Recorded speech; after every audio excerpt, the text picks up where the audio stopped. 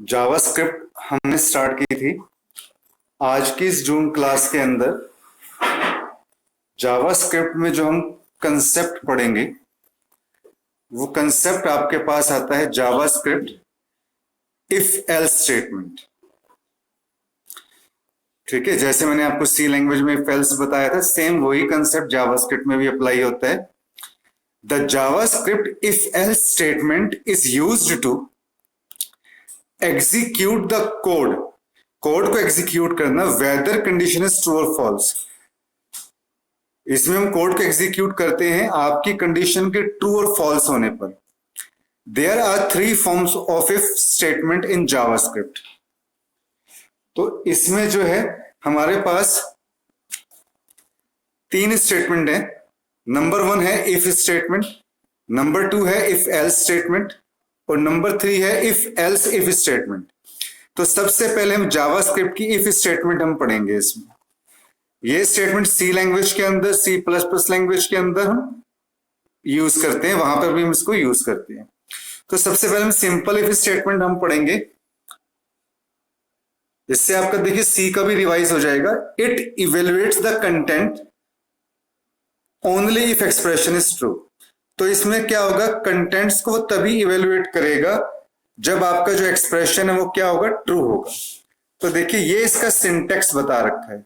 तो जावास्क्रिप्ट का सिंटेक्स किस तरीके से होता है, जैसे सबसे पहले आप क्या लिखोगे, if. What is if? If is a type of condition. यहां पे आप कोई भी एक्सप्रेशन दोगे आप, ठीक है। कर्ली ब्रेसेस स्टार्ट किया हमने, कंटेंट टू बी इवेल्युएटेड, यहां पे आप कुछ भी कंटेंट लिखोगे। और अब हमने क्या किया, ये तो इसका सिंटेक्स हो गया। अब मैं इसको आपको एग्जांपल के थ्रू समझाता हूं कि जैसे हमने इसमें क्या किया, स्क्रिप्ट टैग स्टार्ट किया। मैंने आपको कल भी बताया था कि आप खाली इसमें स्क्रिप्ट लिख सकते हो। वेरिएबल आपने एक वेर कीवर्ड यूज किया, ए इज इक्वल टू आपने क्या दे दिया, 20। अब हम इसमें कंडीशन लगाएंगे, if a is greater than 10, अगर ए की वैल्यू 10 से बड़ी है तो क्या स्टेटमेंट प्रिंट हो आपके पास, value of A is greater than 10। तो यहां पे देखिए ए की वैल्यू कितनी है, 20 है, जो क्या है 10 से आपके पास बड़ी है। तो आपके पास क्या स्टेटमेंट आ जाएगी, A value of A is greater than 10। तो आपके पास इस प्रोग्राम की आउटपुट आ जाएगी,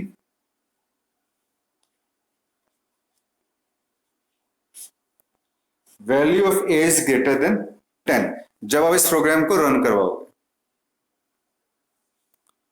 ठीक है, तो ये हमारी सबसे सिंपल इफ कंडीशन है, जिसमें क्या होता है कि हमने ए की एक्सप्रेशन हमने यूज किया है कि अगर ए की वैल्यू 10 से बड़ी है। अगर आपको इसे सी में करना होगा तो आप कैसे करोगे, डॉक्यूमेंट डॉट राइट की जगह जस्ट क्या आ जाएगा, प्रिंट एफ। अगर इसे सी प्लस प्लस में बनाना होगा तो वहां पे हम इसे क्या यूज करेंगे, सी आउट। तो देखिए आप एक ही लैंग्वेज से आप अलग अलग लैंग्वेजेस के कंसेप्ट को भी आप समझ सकते हैं। तो ये सिंपल इफ स्टेटमेंट थी। नेक्स्ट आपके पास आती है जावास्क्रिप्ट इफ एल्स स्टेटमेंट। तो इसमें आपके पास क्या होता है, इफ एल्स स्टेटमेंट में it evaluates the content whether condition is true और फॉल्स। ठीक है, इसमें क्या होगा, आपके पास एक से ज्यादा हम कंडीशन लगा सकते हैं। जैसे देखिए आपने इसमें क्या किया, इसमें देखिए मैंने क्या किया, एक वेरिएबल लिया मैंने यहाँ पे ए की वैल्यू मैंने क्या दे दी यहाँ पे 20। अब यहाँ पे देखिए मैंने फिर वही कंडीशन लगाई, a percentage two double equal 0, कि अगर हम किसी भी नंबर को 2 से आप डिवाइड करते हो और वो रिमाइंडर 0 आ जाता है तो वो नंबर कौन सा नंबर होगा आपके पास, इवन नंबर। ठीक है, अगर वो नंबर 2 से डिवाइड नहीं होता तो आपके पास वो कौन सा नंबर होगा, ऑड नंबर। तो यहाँ पे देखिए प्रीवियस एग्जांपल में हमने एल्स कंडीशन यूज नहीं की थी, यहाँ पे एल्स पार्ट यूज नहीं किया था। जबकि इसमें हमने यहाँ पे क्या है कि अगर वो नंबर 2 से डिवाइड हो जाता है तो इवन नंबर, एल्स या तो नहीं तो वो क्या शो कर दे, ऑड नंबर। ठीक है, तो ये हमारी कौन सी जो स्टेटमेंट हो गई, इफ एल्स स्टेटमेंट हो गई। आप मैंने इसमें आपको प्रोग्राम भी करवाए थे कि अगर हमें find the greater one, 2 number में हमें ग्रेटर निकालना है तो आप ऐसे ही वो प्रोग्राम कर सकते हो, if a is greater than b, then document dot write के अंदर वो क्या शो करेगा, a is greater than b. ठीक है, तो वो मैं प्रोग्राम आपको जो है वो प्रोग्राम भी मैं अभी आपको बता दूंगा, नहीं तो हम उसको कल वाली क्लास में हम डिस्कस कर लेंगे इसके प्रोग्राम्स को। ठीक है, नेक्स्ट जो आपके पास आता है JavaScript if else statement. If else if statement, इसका मतलब क्या होता है कि अगर आपके पास काफी सारी इफ कंडीशंस आपने अपने प्रोग्राम के अंदर यूज कर रखी हैं, तो it evaluates the content only if expression is true from several expressions.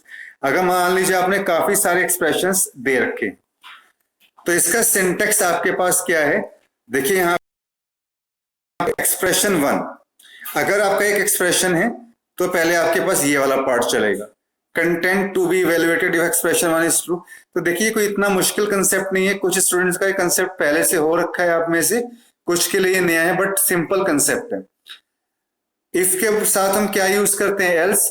If expression 2, तो क्या शो करेगा, content to be evaluated if expression 2 is true. फिर आपने एल्स इफ यूज किया if expression 3, content to be evaluated and if expression 3 is true.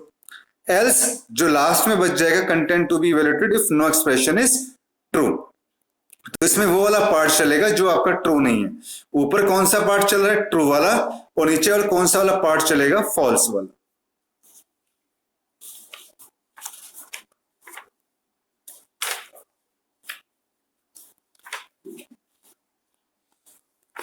अब इसको देखो, इसको हम एक सिंपल से प्रोग्राम से हम समझ लेते हैं।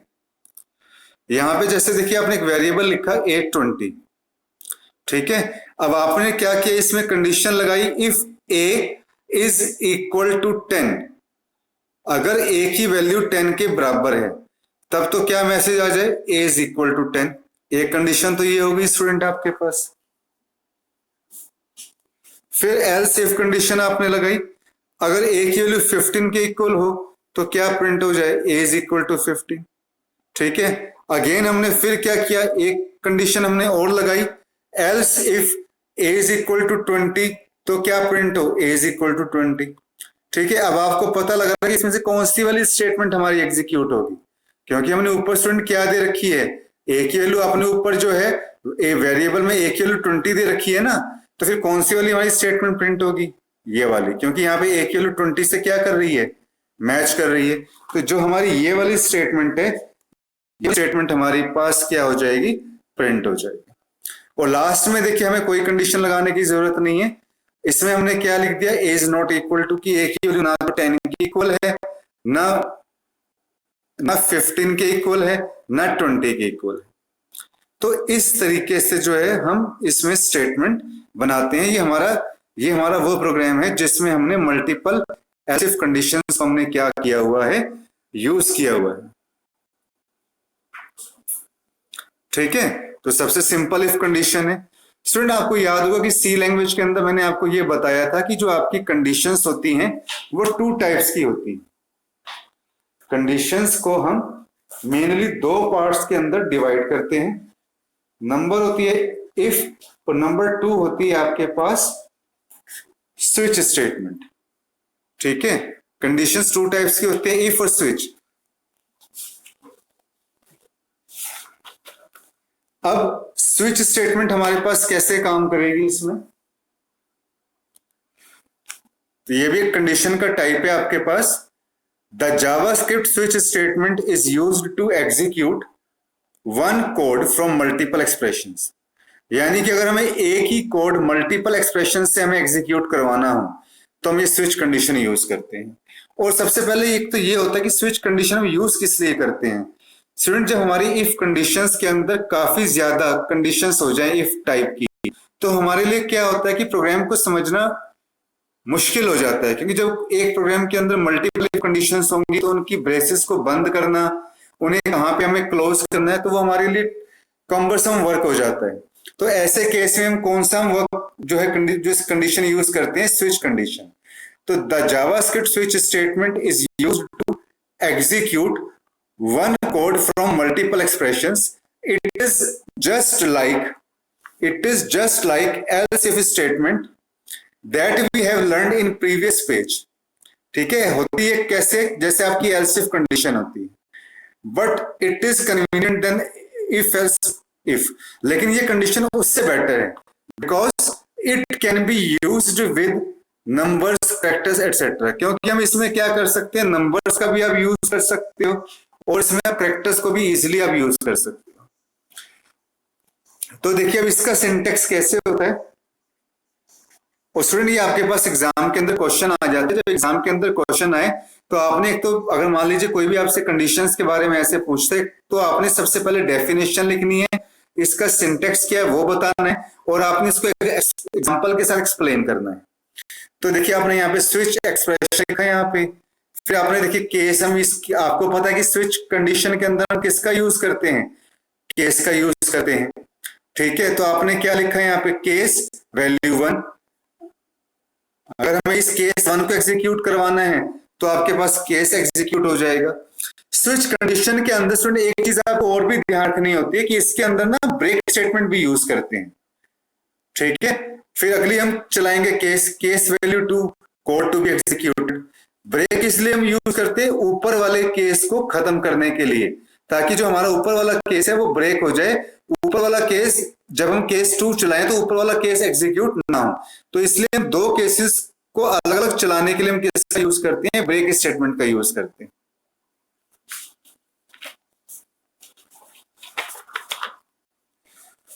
अब इसको देखो हम कैसे हम प्रोग्राम से समझेंगे। इस केस में देखो लास्ट में हम क्या यूज करते हैं, डिफॉल्ट।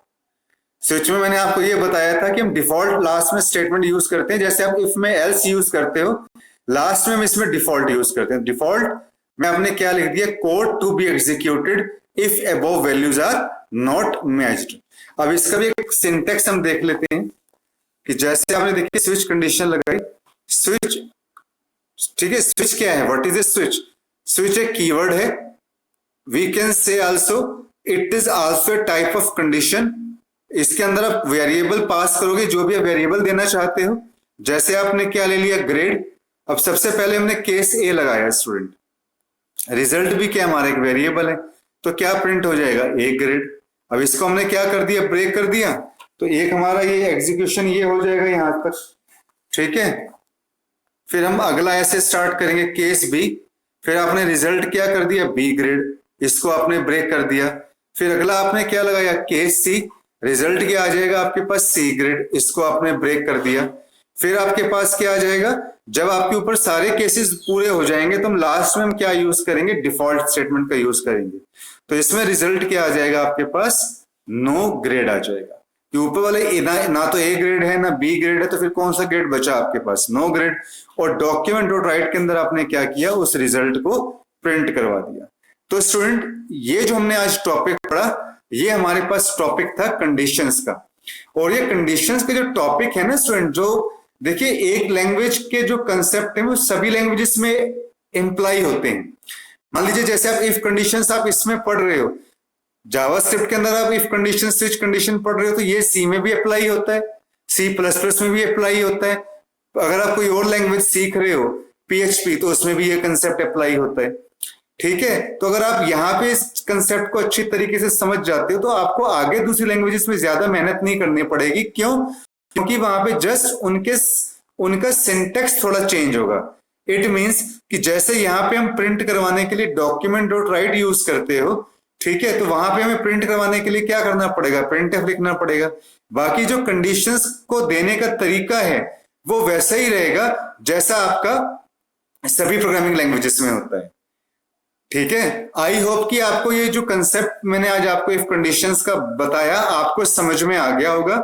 आप प्लीज मुझे व्हाट्सएप पे कमेंट करके जरूर बताया कीजिए कि आपको जो आज का लेक्चर जो हमने लिया है टॉपिक के ऊपर, कि वो टॉपिक आपको कितना क्लियर हुआ, कितना आपको समझ में आया, आपको वॉइस समझ में आ रही है कि नहीं आ रही, और जो मैंने यहाँ पे लिखा है कि वो आपको अपीयर हो रहा है क्लियर कि नहीं हो रहा है। तो अपने कमेंट्स आप जरूर पास किया कीजिए। और स्टूडेंट्स कल आपको इस कंसेप्ट को मैं थोड़ा और अच्छे तरीके से समझाऊंगा विद प्रोग्राम्स। ठीक है, तो इसके ऊपर हम कल कुछ प्रोग्राम डिस्कस करेंगे सिंपल इफ कंडीशंस के, या जो मैंने आपको जो इंपॉर्टेंट प्रोग्राम्स है ना, मैं वो इसमें आपके साथ डिस्कस करूंगा। ठीक है, तो आज के लिए तो अभी हम इसमें इतना डिस्कस करते हैं स्टूडेंट। ठीक है, और आई होप कि आपको ये लेक्चर अच्छी तरीके से क्लियर हुआ होगा। तो आप कभी जाएंगे नहीं, बने रहेंगे मेरे साथ। ठीक है, जैसे मैंने आपको स्टार्टिंग में बताया था कि अगली क्लास भी हम अभी देख लेंगे। आपने क्या करना है स्टूडेंट, उस मीटिंग को जो है आपने क्या कहते हैं कि जैसे मैं इसे मैं बंद करूंगा, एंड मीटिंग करूंगा, आपने क्या करना है, जो है उसको लिंक को जो है दोबारा ओपन कर लेना। Okay, thank you students.